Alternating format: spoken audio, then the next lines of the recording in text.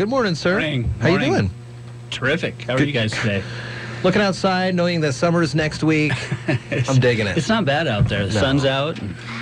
It's going to be really nice this weekend, and then when we have big full moon Monday night, moving into summer officially. So we're looking at summer programs. We're looking at summer programs. What do we got coming Good up next segue, week? Jeff. Thank you.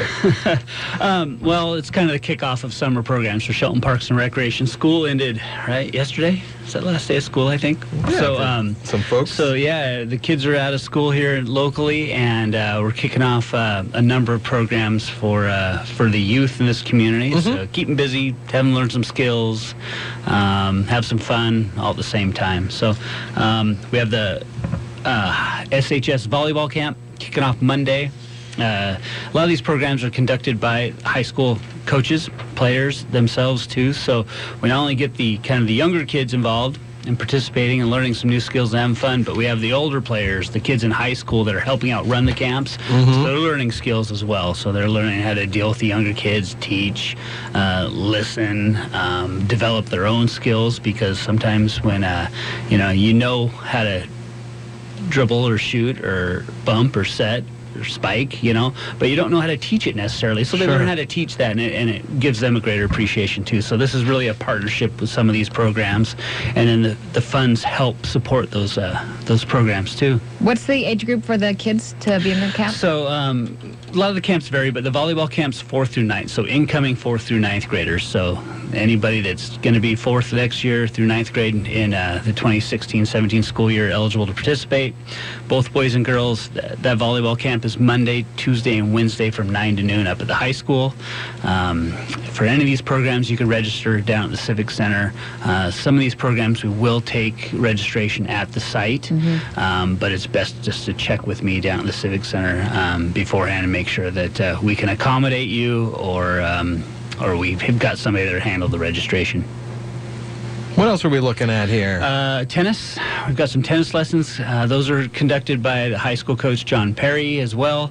Those start Monday. They run Monday through Thursday. The 13 and up age group is at 8 a.m., bright and early. And for them. Yeah, exactly. And the 8 to 12-year-olds are at 9:05, so they'll kick off right after the older kids.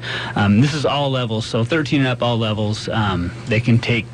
If you're an expert tennis player, John can put you through the paces as well. Or if you're a beginning tennis player and never held a racket before, he will start with teaching you how to hold the racket, where to put that in your grip, how to start your swing, footwork, everything from the ground up. So I've got a lot of kids that have participated from this 8 to 12 age group, for a number of years and come through the program, progressed, and then they become high school players and move on. And this is one of those lifelong sports that people can play all the time. It morphs into pickleball or paddle tennis or things like that too. That it's basketball and volleyball don't tend to be lifelong sports. They can be, but you need more people to play tennis. You can get out there with 2 people and play. It's not quite as difficult to find a gym or something like that. You can find an outdoor tennis court and go out and play. And so these are great skills to start at an early age and develop those so you can continue on through life. Have you thought about, or is there any thoughts on having, you mentioned the pickleball, and so I thought, is anybody teaching the kids how to play pickleball? We have thought about that and talked about a little bit about morphing that in, and just haven't found the right connection. Most of these players are pretty dedicated and busy people, and so we haven't found the right avenue to fit that. There's not a school pickleball team per se, so it doesn't necessarily have the appeal, I guess, of some of these traditional sports that have high school teams or junior high, middle school teams that you might turn out for and participate with your peers. So finding the right avenue, maybe with a captive audience where the kids are already there someplace, and then integrating that into it is probably the best option. That we just haven't aligned on the exact perfect time to do that. But yeah, we're thinking about that. That'd be fun. I remember playing pickleball in I think, elementary school during PE. What else has happened? People got these in their utility bills. Yep, they went out in the May utility bills, so they've been out a little while now. They also went out to the schools. The information's available online, and you can pick one up at the Civic Center, at the library, here in the lobby of KMAS, High Fiber News Radio 1. Sorry. Whatever. Yeah, old habits. So this is the youth summer programs that you've been talking about. Do you have like older kids or adults programs also offered for the city or for summer? Yeah, there's several. We have the pickleball program we were talking about. That's a drop-in program, 5 days a week. We've got daytime and evening sessions, weekend session 9 to 11, on Saturdays, and that's all down at the Transit Center. It's a drop-in program. You can show up one day and skip it for a week and come back. The Tai Chi, yoga, the Kimudu program is all ages, so we have youth up through adults participating in that. It's a mixed martial art type program.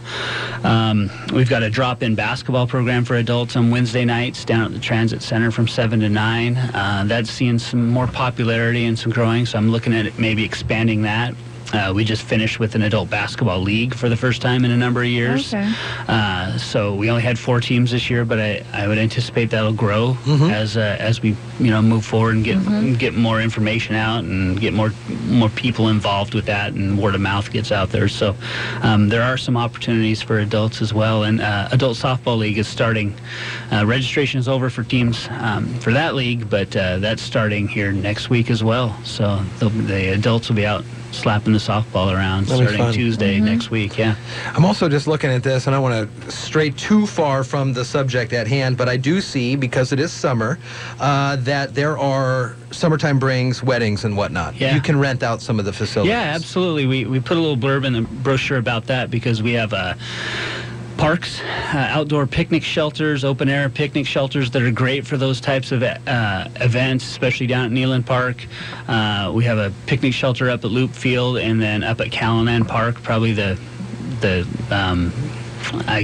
most unrecognized park, or least utilized park for what it is up there. It's fairly busy, but I think a lot of people don't know about it and what the amenities are up there because it's off the beaten path. A couple weeks ago, checking it out. It was it's a nice little place. Great little park. And then we have the Civic Center as well that is managed through my department. So lots of weddings and birthday parties and things like that going on down there, and we have room. The thing's available 7 days a week. So if somebody's interested in having a small event for just a couple people, or big event for several hundred, 300-400 people, we can accommodate that. And that's great. Yeah, that's great. Mark Ziegler from Parks and Rec, the director of Parks and Rec for the city of Shelton, on the air here during our focus on Shelton each and every week. Thanks for coming on. My pleasure. Good to see you. Thanks for having me. I appreciate it. We'll see you throughout the summer. Yeah, I'll be back. 8:52 at iFiber 1 News Radio.